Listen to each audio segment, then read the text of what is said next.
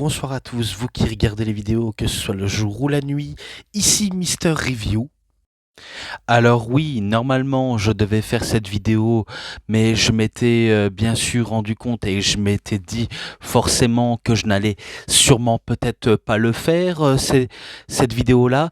Donc bien sûr c'est sur la vidéo de la AEW auquel je m'attaque, mais ce n'est pas un pay-per-view malheureusement. Et du coup, vu comment cette demande a été demandée par Terry Meeting, j'affiche ton nom, comme ça tu sauras que je l'ai bien cité. Donc, The Thriller Man, Terry Meeting ou Terry The Thriller Meeting, bref, peu importe du fait que ton nom est affiché.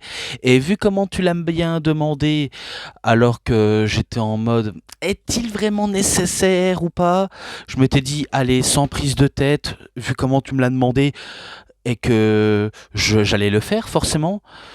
Eh ben, je me suis décidé, voilà, comme ça au moins tu le sais. Et le show auquel on va s'attaquer, bien sûr, c'est AEW, donc All Elite Wrestling, Grand Slam Australia 2026. Donc oui, ce show qui s'est déroulé du côté de Sydney en Australie.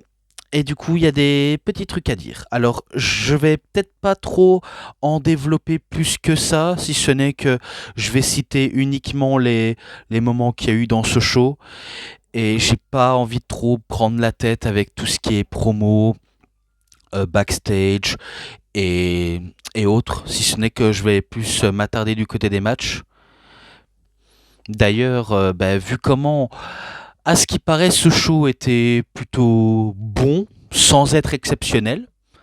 C'est selon les critiques, hein, ce n'est pas ma propre critique. D'ailleurs, The OG en a fait également sa propre critique de review. Et du coup, je me dis, il était plutôt pas mal, mais c'était pas non plus la folie. On va pas se le mentir. Et du coup, forcément, le premier match, le premier match c'est pour le titre Continental Championship entre Jon Moxley contre Konosuke Takeshita. Alors c'est vrai que à propos de ce match-là, il était bon. J'ai pas à dire, il était pas dégueulasse que ça. Franchement, ça a envoyé du lourd. Et pourtant, ce match est à temps à partie de 30 minutes. Si... Non, 20 minutes, pardonnez-moi. Vu comment le match, ça a duré en longueur et c'est celui qui dure plus longtemps. Et que au moment donné, il faut bien le finir ce match-là. Parce que si aucun des deux finissent le match, ça pourrait se terminer en match nul, temps expiré et j'en passe d'autres. Mais en termes de prix, c'est sûr, on a été servi hein, des Paradigm Shift Death Riders, le nom de la prise de Moxley bien sûr, les lariats, les multiples violents coups d'avant-bras de Takeshita, et quand il essayait de même faire sa Raging Fire en Falconero, c'est comme ça comment il appelle le Raging Fire.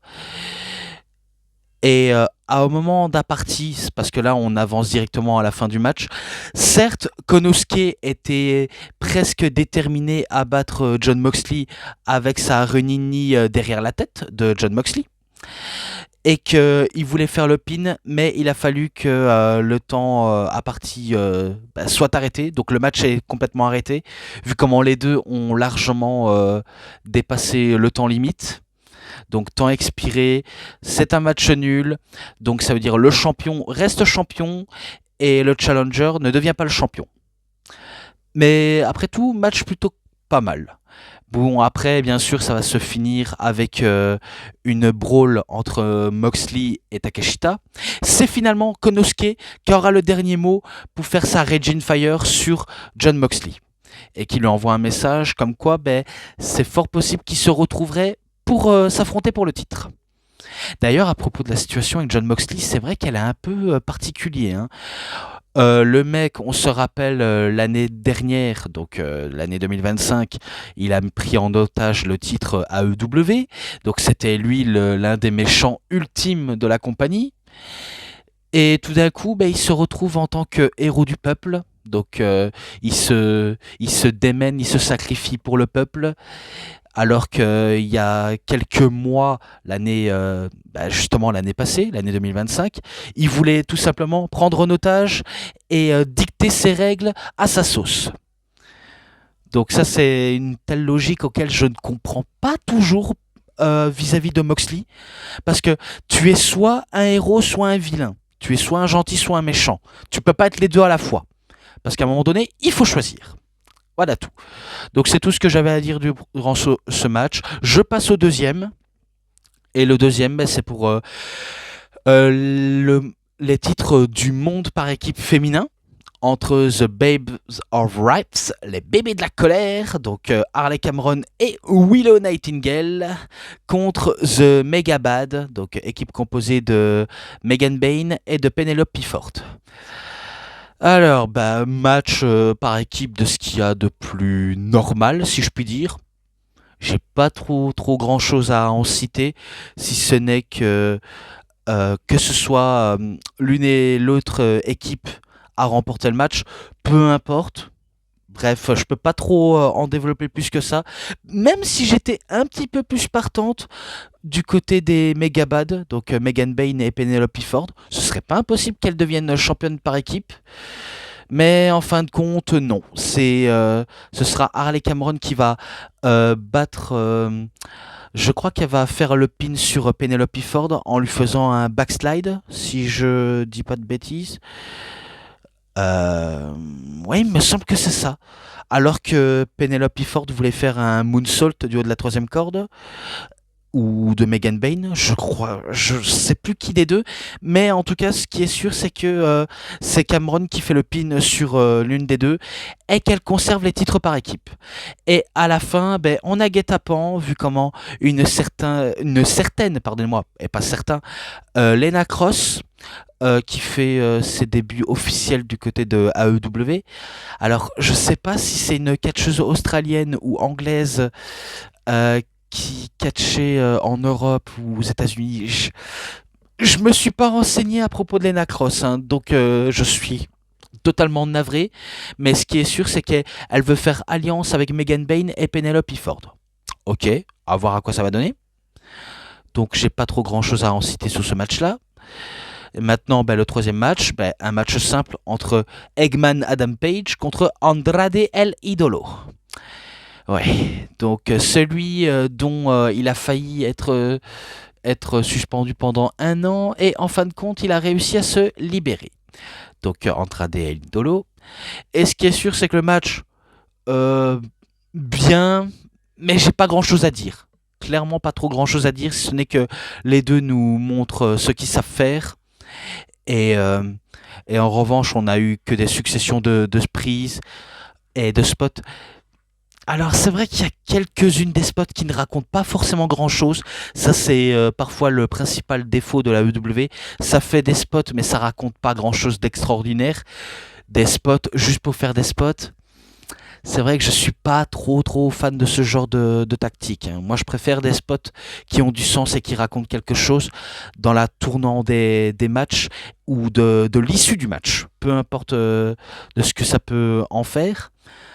On sait qu'il y a du Andrade qui veut faire du Andrade, donc utiliser de la voltige et tout ce qui est multiples spots en tout genre, tout en divertissant le public, notamment une ou deux publics féminins, vu comment depuis que Andrade n'est plus avec Charlotte Flair, eh bien c'est sûr, le bougre, il en profite, il croque la vie à pleines dents en séduisant les gonzesses.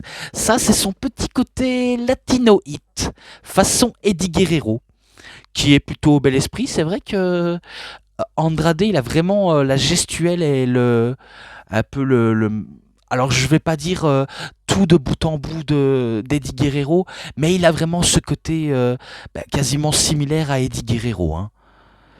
À part, euh, à part forcément il est pas trop communicatif en sujet de bien parler anglais. Bon, ça c'est vrai que c'est un peu le problème des catcheurs hispaniques, hein, que ce soit ceux qui viennent d'Espagne, ceux qui viennent du Mexique, euh, du, des îles Porto Rico, Cuba ou encore de Chili. Donc bien sûr, même Stéphanie Vaquer a ce même problème-là. Et pourtant, ces personnes-là, ils font quand même des cours pour apprendre à parler anglais. Mais en point de vue, pardonnez-moi, en point de vue de promo, c'est pas leur fort. Donc ce qui est un petit peu dommage. Et c'est vrai que la barrière de la langue joue pour beaucoup, pour certains. Mais enfin bref, après des multiples tentatives de Andrade de remporter le match, notamment avec sa Turning DDT sur Eggman Page, c'est uniquement compte de deux. Et puis t'as cette ordure de Don Callis qui veut tout simplement essayer de faire gagner son poulain par n'importe quelle des manières. Faut toujours que ce crâne d'œuf met son petit grain de sel là où il faut pas. Mais bon, ça c'est gratuit de la part de moi de le dire ça. Puis après que Andrade a tenté, il se fait prendre à son dépourvu. Je crois qu'il s'est pris une ou deux Birdshot Lariat et l'une d'entre elles va forcément obtenir la victoire à Eggman Page.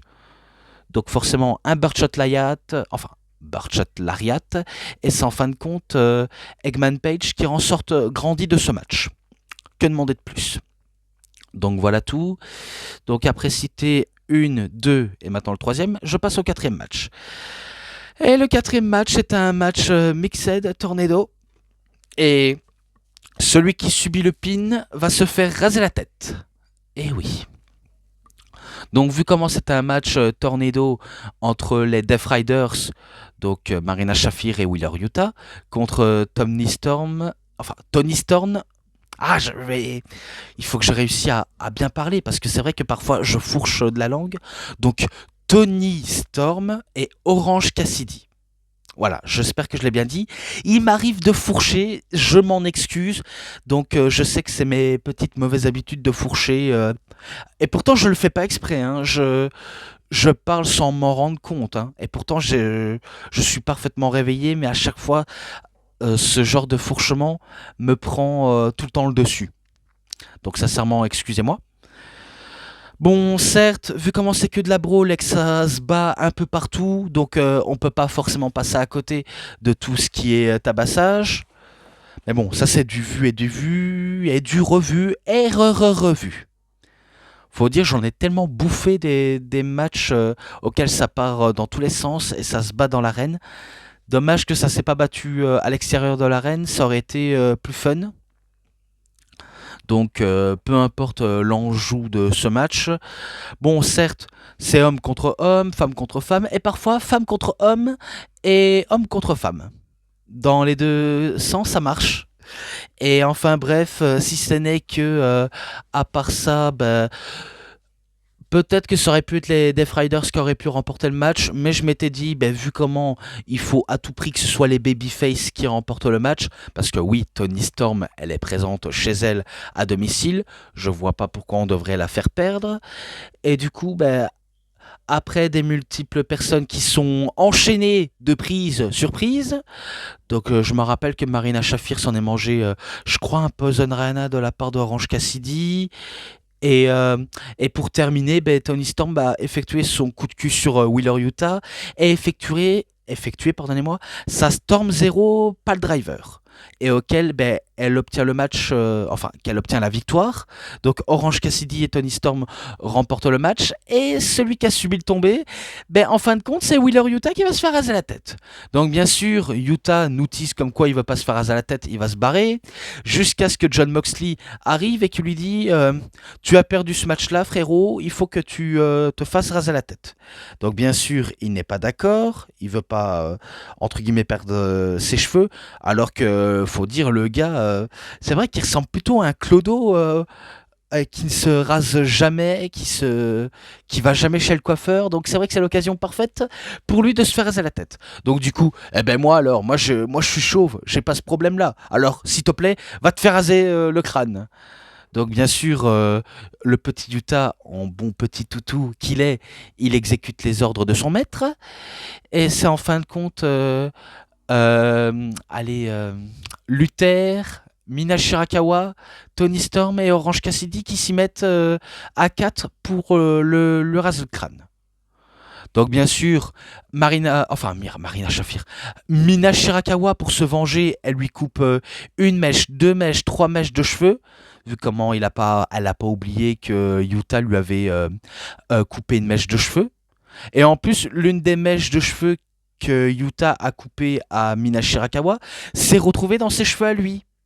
Donc il les a liés aux siens pour bon, je sais pas pourquoi, je connais pas le délire.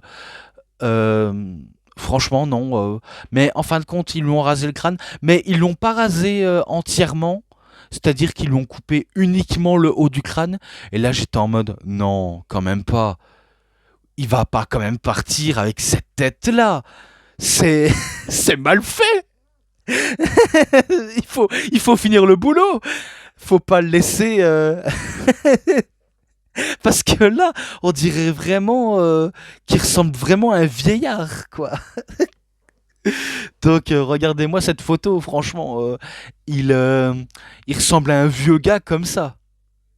Alors qu'il est jeune, bien sûr, hein, il est encore jeune, mais de le laisser avec cette tête-là, non. Faut finir le boulot, c'est pas possible.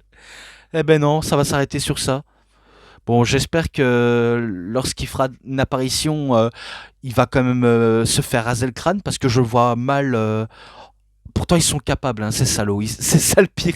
Ils en sont capables de, de faire venir avec une tête pareille. Alors que selon moi, un bon petit passage chez le coiffeur, ça lui ferait pas de mal.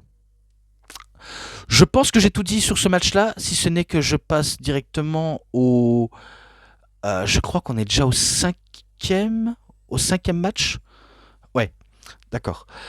Alors, le cinquième match, c'est pour le titre TNT de la EW dans un match de l'échelle entre Kyle Fletcher contre Mark Briscoe.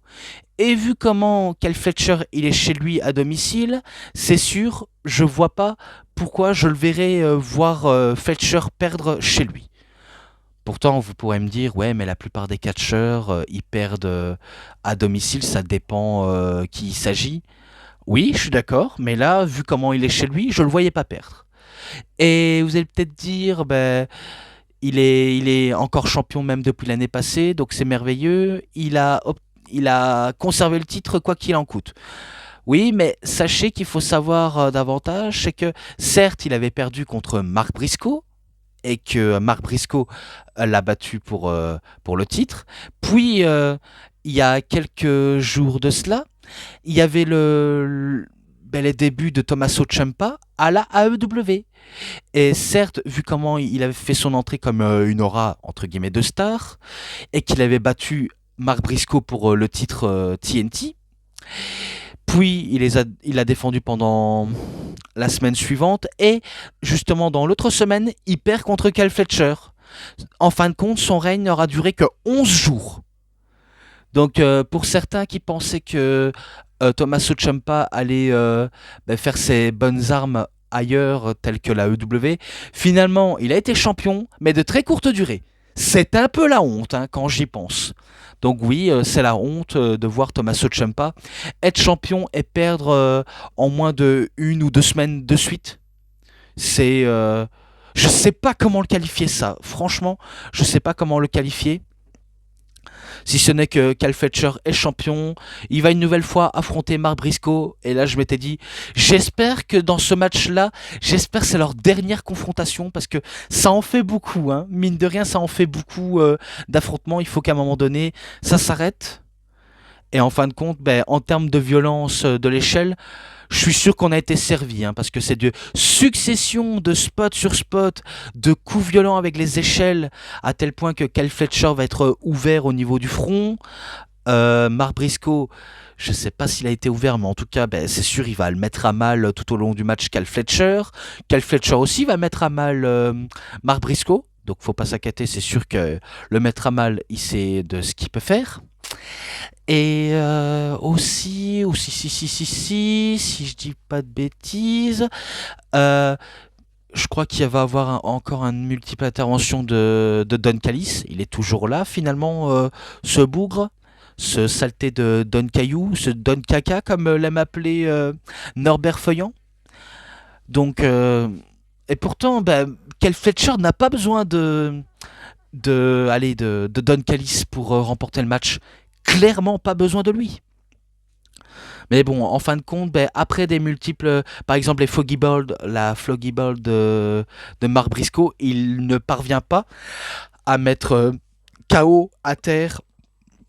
Bref, en mode position latérale, donc en PLS complètement Cal Fletcher, parce que Cal Fletcher arrive, il prend du poil de la bête, il détruit peu à peu les os du corps de Mark Briscoe, et puis après un multiple affrontement du haut de l'échelle, il va pousser Mark Briscoe, et c'est en fin de compte Cal Fletcher qui décroche le titre TNT et qui reste toujours champion TNT.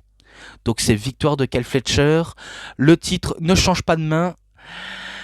Et voilà ce que je peux dire. Maintenant, est-ce que c'est la fin de leur confrontation? Donc j'espère que c'est le dernier parce que c'est bon, on a officiellement tout vu de ce Mark Briscoe contre Cal Fletcher. Donc je pense que ça peut laisser poser. Et maintenant, enfin, et quelle fin? C'est en fin de compte le main event. Et c'est pour le titre du monde de la AEW qui est en jeu, entre Maxwell Jacob Friedman, MJF, contre Brody King. Alors,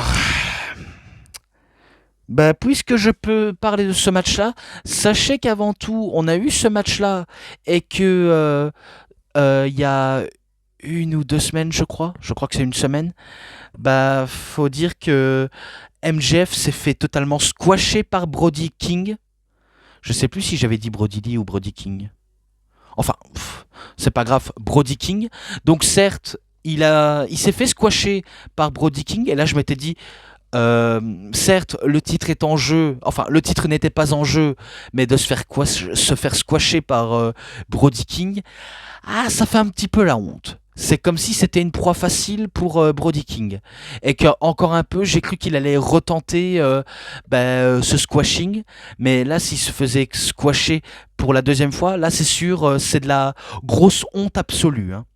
Et heureusement, ça ne s'est pas passé comme ça. Mais on n'était pas loin de ce genre de catastrophe. Hein. Donc, c'est vrai que c'était plutôt très serré, hein, ultra serré même. Et par contre, j'aime pas du tout ce genre de registre que fait MGF. Ça fait que c'est lui le champion. Certes, il s'est fait squasher pour lancer un message à Brody King. Tu m'as battu en me squashant parce que je l'avais prémédité de ma propre défaite. Mais dès qu'il y a le titre en jeu, tu vas voir, tu vas pas me squasher si facilement. Mais pourtant, c'est vrai que certes, c'est un avant-goût de ce qu'il allait prévoir par la suite pour MGF, mais quand même, ça peut perdre sa crédibilité en valeur, quoi. Je dis ça, je dis rien, mais on ne sait jamais ce genre de trop mauvaises décisions. Et pourtant, après des multiples passages de prises et de spots auxquels on a eu dans ce match, certes, Brody King a failli le battre avec sa propre je crois que c'est un genre de powerbomb en pile driver. Et pourtant, même avec ce genre de prise-là, il ne réussit pas à battre MGF. Puis, bien sûr, dans le climax, MGF, il a un coup d'avance, vu comment il a une dernière carte maîtresse à jouer. Il a essayé de faire sa Fujiwara Rambar, donc qu'il appelle le sel et la terre, pour essayer de soumettre Brody King, mais rien n'y fait. Puis, je crois que l'arbitre... je crois qu'il y a eu une tricherie. Je ne sais plus, mais tout ce que je sais, c'est MJF qui va conclure le match avec sa Bislick, je crois que c'est ça le nom de sa prise, sa pile driver qui le fait là. J'ai pas trop les noms des prises, hein, donc veuillez m'excuser. Et pourtant, c'est MJF qui bat Brody King et qui conserve le titre. Hein. Et à la fin du match, c'est sûr qu'il y a Adam Page qui arrive, qui confronte le champion et qui lui fait passer le message comme quoi il arrive pour son titre et qu'il veut un match justement à Révolution. D'ailleurs, je crois qu'il est prévu... ou normalement c'est censé être prévu, mais je ne sais pas trop. Mais tout ce que je sais, c'est la fin de ce show. Et maintenant, si vous me permettez bien, je vais passer à la conclusion, si ce n'est que le dernier message que je peux dire. Voilà, j'espère que ça te convient, Terry, et j'espère que vous aussi, ça vous convient de cette vidéo que je vous ai fait. Bon, après, tu m'avais donné une autre idée, c'est de faire une tier list des theme songs de catch. Et du coup, ben, je m'étais dit, d'un autre côté, c'est une bonne idée, mais je ne connais pas l'astuce de comment on peut faire parce que faut savoir que je filme avec mon portable et vu comment, quand je fais les vidéos comme ça, ben, vu comment c'est facile pour moi de faire un montage, je sais faire ce genre de montage de vidéos, enfin de photos que je peux vous le montrer ou capture d'écran, peu importe. Mais de comment je pourrais faire, ah ça c'est pas trop mon domaine de prédilection, hein. Je vais pas vous le mentir. Mais bon, tu m'as donné une idée. D'un autre côté, ça me plaît, mais je sais pas comment trop le faire. Donc je suis reconnaissant pour cette idée. Mais je vais plutôt faire ce genre de registre-là, filmer pour vous présenter un DVD ou un show, ou même filmer quand j'insiste à un événement de show de catch. Donc pourquoi pas. Et vu comment tu en as parlé de ce genre de questions-là, mon cher Thierry, si tu viens à Body's Oil Wrestling New Blood, moi ça me convient. Après, si tu sais pas, bah, ce n'est pas grave, je ne t'en veux pas. Donc voilà tout. J'espère qu'avec ces paroles, je peux conclure et envie de finir avec cette vidéo. Merci bien à tous. Voilà, la vidéo touche à sa fin. Et avant de vous laisser, n'oubliez pas de me suivre sur les réseaux sociaux. Donc, bien sûr, mes réseaux sociaux sont bien sûr mon Instagram et également mon thread lié avec Instagram. Et surtout, mon Discord si vous voulez parler de plus de catch ou d'autres choses qui vous passent par la tête. Et voilà comment je conclurai cette vidéo en disant c'est tout pour cette vidéo de review. C'était Mister Review. J'espère que vous avez vraiment aimé cette vidéo de review. Et comme d'habitude, si vous avez aimé cette vidéo, vous savez ce qu'il vous reste à faire. Likez la vidéo, commentez, partagez, abonnez-vous à ma chaîne, donc DVD Pro Catch / Mister Review, et cliquez sur la petite cloche pour avoir plus des notifications et des prochaines vidéos. Et moi, comme d'habitude, je vous dis bonne journée, bonne soirée à tous. Au revoir tout le monde pour une prochaine vidéo de review. A plus à tous les fans de catch. Allez, bye bye tout le monde et surtout, vive le catch!